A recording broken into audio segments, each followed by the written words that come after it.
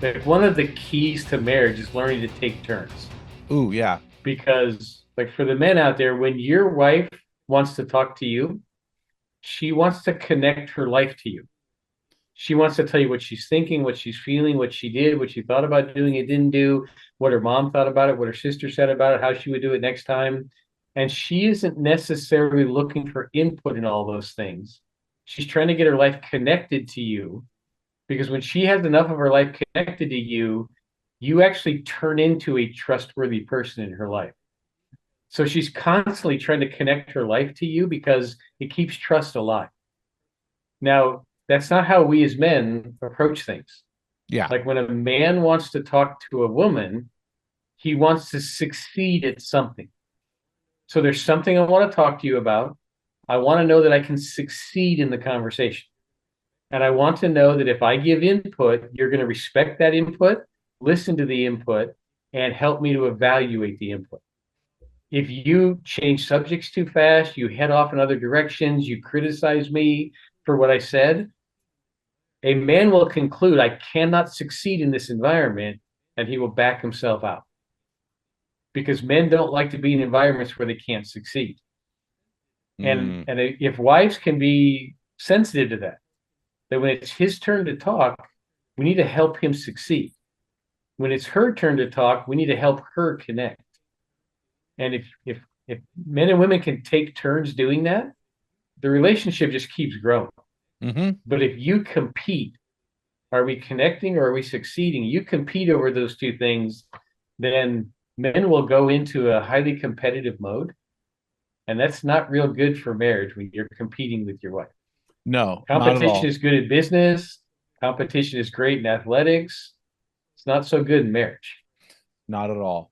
So just to rephrase this, so we're talking about the spaghetti analogy. My wife is like spaghetti.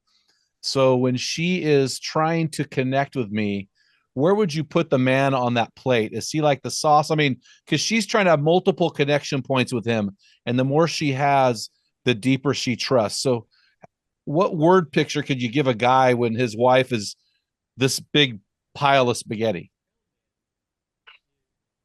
Actually, what I would tell men is the picture you want to keep in your head is that you're taking a walk with your wife around the edge of the plate. Oh, You're not diving into the spaghetti and getting all enmeshed in that. You're just taking a walk around so she can say, look at that and look at that and look at that and look at that. And oh, once you've taken the lap around the plate, she's going to go, thank you for being involved. And like as men, it blows our mind. Like we didn't do anything.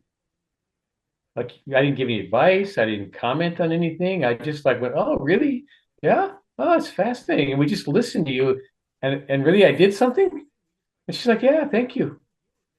And as men, we just like, we don't get it naturally. We have to learn this skill.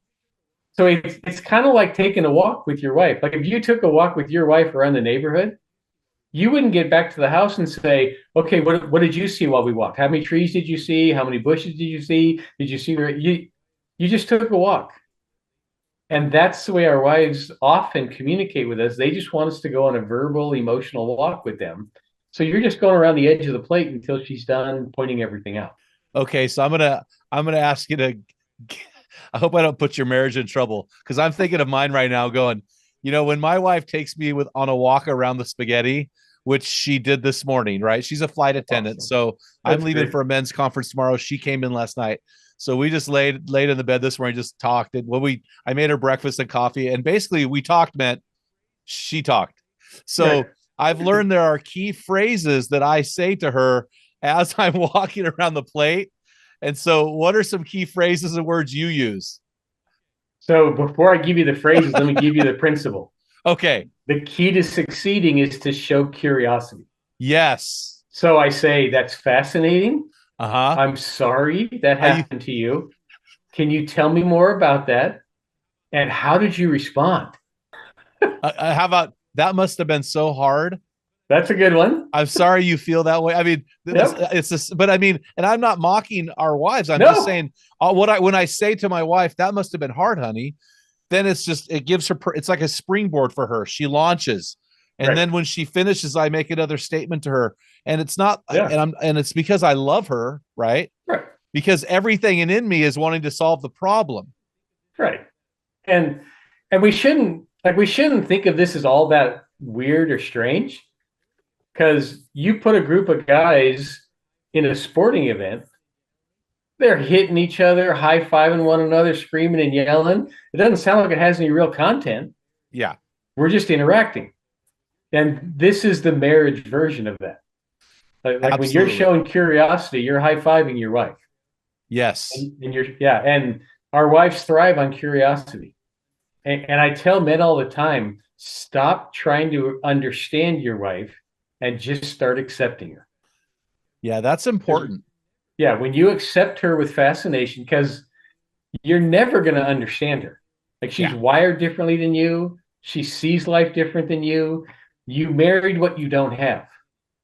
So acceptance is way more powerful than understanding. And if you need a Bible verse, Romans 15:7 says, accept one another then, just as Christ accepted you, in order to bring praise to God. Yep. And for those really intellectual men out there, there are some there are some scientific reasons why this all works. Like when men and women talk and they need to solve a problem, men will stay on one side of the brain to solve the Yes. problem. So they're either bringing a logical answer or a creative answer, and they can move back and forth in their brain really quickly on the same side of the brain. And when women solve that problem, they use both sides of their brain at the same time. And the reason for that is there are more connections between the female sides of the brain than there are male. Because when men are in the womb, there's a testosterone bath that takes place. Yep. It severs some of the connections between the two sides of the brain, and it sends a signal out for other connections not to develop. And most women misinterpret this. They think, see, they're handicapped. And I tell women all the time, no, they're not handicapped. We just simplified the problem. Because studies show men and women solve problems equally well. They Oh. just do it differently. Oh, okay. I did not know that. All right. Yeah. So women will connect every thought to an emotion. Men will narrow it down. It's either a logical solution or it's a creative solution. And they both can get there. They just get there differently. And then when men and women share a meal, when men eat, the part of their brain that makes them happier gets stimulated. So a man is literally happier with himself, happier with life, and happier with his marriage right after he's eaten a meal.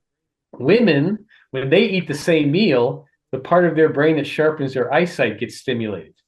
And they become more aware of their environment, and they have lots to talk about. So women have more to talk about, men are more content and listen better, which is why so many good relationship memories happen around food.